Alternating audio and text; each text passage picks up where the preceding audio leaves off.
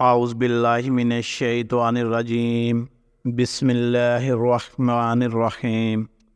السلام علیکم ورحمۃ اللہ وبرکاتہ۔ رسول اللہ صلی اللہ علیہ وآلہ وسلم نے فرمایا، کیا میں تمہیں وہ عمل نہ بتاؤں جو تمہارے اعمال میں سب سے بہتر عمل ہو اور تمہارے مالک کو سب سے زیادہ محبوب ہو اور تمہارے درجات کو بلند کرتا ہو اور تمہارے لیے سونا چاندی خرچ کرنے اور دشمن سے ایسی جنگ کرنے سے کہ تم ان کی گردنیں مارو اور وہ تمہاری گردنیں ماریں بہتر ہو؟